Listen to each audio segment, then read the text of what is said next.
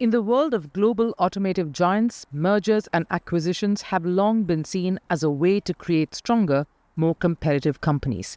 Yet, not every attempt is a success. In the case of the potential merger between Honda and Nissan, what seemed like an ambitious step toward industry dominance quickly unraveled.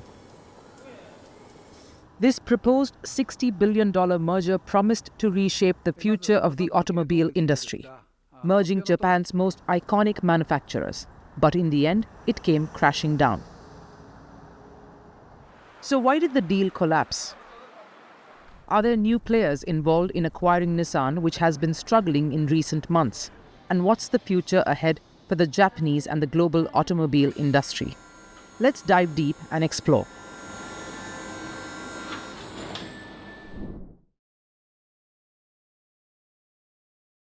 Last year, discussions about a potential merger between Japan's second-largest automaker and third-largest automaker took center stage.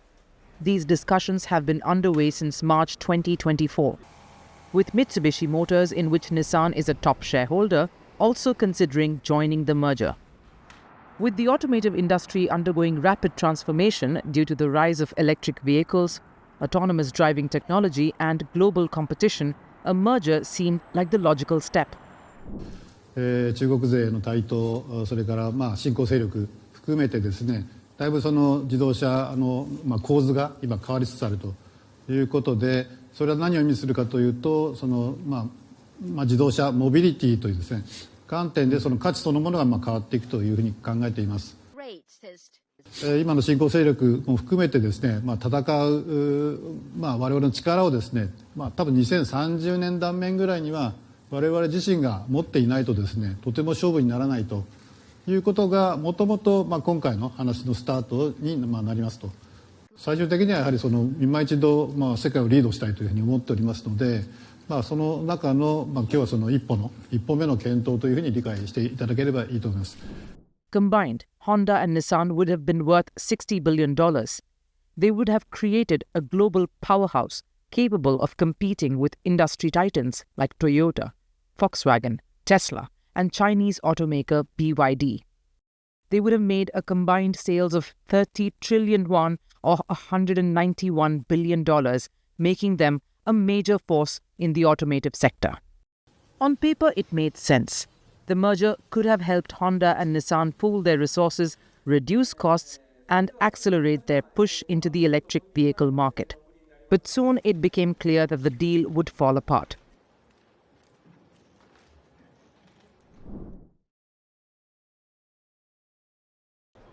The first major roadblock? The deep cultural divide between the two companies. Despite both being Japanese, Nissan and Honda operate under different corporate philosophies and management styles. Nissan has always been known for its more aggressive and global approach, particularly under former CEO Carlos Ghosn. On the other hand, Honda has traditionally emphasized a more independent, decentralized culture. The idea of merging these to distinct ways of operating became a major hurdle. Another problem, Nissan, which was Japan's second-largest automaker until 2020, reportedly demanded equal treatment in talks despite its weaker position. It refused to be a subsidiary of Honda, further straining relations. And then there was Honda, which pushed for Nissan to make deep cuts to its workforce and factory capacity. Honda believed Nissan's turnaround strategy lacked specifics, but Nissan couldn't accept the politically sensitive option of closing factories, and so the talks fell apart. やはり我々が描いていた当初の経営統合のホールディング会社を持って、その会社を強くする、そこにいろんなファンクションを置きながら、我々が外に対して戦っていけるような形を取るというのが、我々日産としては一番望んでいた形であって、今回はそういった形になれずに、今回の同意が得られなかったということに関しては、方向の経営統合の形に関しては非常に残念に思っておりますし、本田さんとは将来の未来志向を見据えて、今やっているパートナーの協業、ここに関してはさらに我々もいろんな提案をさせていただきながら、両者にとっての未来志向を見据えたメリットになるような形につなげていきたいというふうに考えています。After the collapse, new developments began to emerge. Honda may have abandoned merger talks but left open the possibility of reviving discussions later. It demanded Nissan's CEO, Makoto Uchida, to step down. However, quashing Honda's hopes, Uchida has expressed his intention to stay on till 2026. Moreover, Nissan said it was open to working with new partners, with Taiwan's Foxconn seen as one potential candidate. But what caught everyone's eye was reports about Japan courting Tesla. A high-level Japanese group that included former Prime Minister Yoshihide Suga is said to have drawn up plans for Tesla to invest in Nissan. However, why would Tesla be interested? The group was hopeful that Tesla would become a strategic investor because they believed it would be keen to acquire Nissan's plants in the US that could help it boost domestic manufacturing in response to President Trump's tariff threats. This triggered a significant rally in Nissan's shares.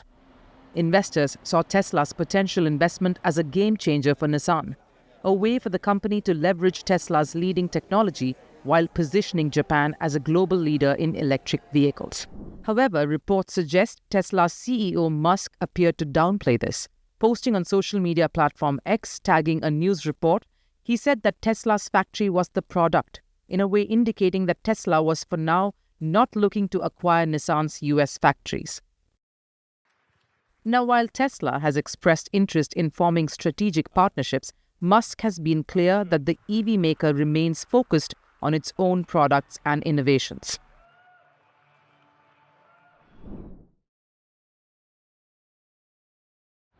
With the merger deal dead in the water and Nissan searching for new partners, what does the future hold?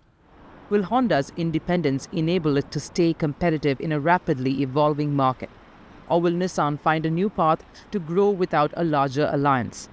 Honda, a name long associated with innovation and reliability, now faces a period of reassessment. It will have to double down on investments in electric vehicles and advanced automated technologies, all while fending off intense global competition. Nissan, for its part, will likely continue looking for strategic partnerships, possibly with non-Japanese automakers or tech companies, to expand its presence in the EV sector and offset a decrease in market share. Both Honda and Nissan will have to navigate this new era of automotive innovation strategically. In the ever-evolving automotive industry, the companies that adapt to the demands of sustainability, technological advancements, and consumer preferences are generally the ones that thrive. With rising costs, new regulations, and intense global rivalries, Honda and Nissan will have to move quickly and decisively if they hope to stay relevant in a rapidly evolving market.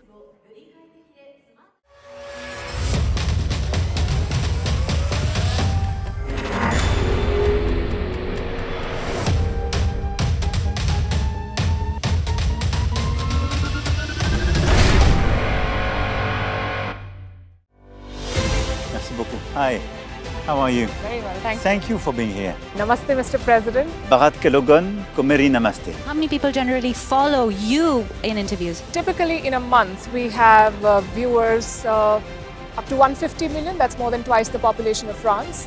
And in the last 2 years, we had 3 billion viewers. So I say, Laurent, this is your chance to be famous. You're on Firstpost. One word to describe your equation with Prime Minister Modi. Amitié. As India and France work together, are you creating a new era of non-alignment in the technology space? India is a training superpower. 1 million engineers a year, more than all of Europe and the US combined. So we have that partnership. We have a partnership on the environment and the economy. We also have civilian nuclear programs. And that is something we've developed far beyond the France-India relationship. So we want to work together on AI. And then comes China with its DeepSeek, creating models at a fraction of the cost. Did that innovation take you by surprise? Did that breakthrough make you sit up and think, what did the Chinese do and how? But what did DeepSeek do? They took everything that was already available from the last AI model and then they recalibrated it. So are you going to ban Chinese AI in France? So we don't have this American approach of banning tech because of where it comes from.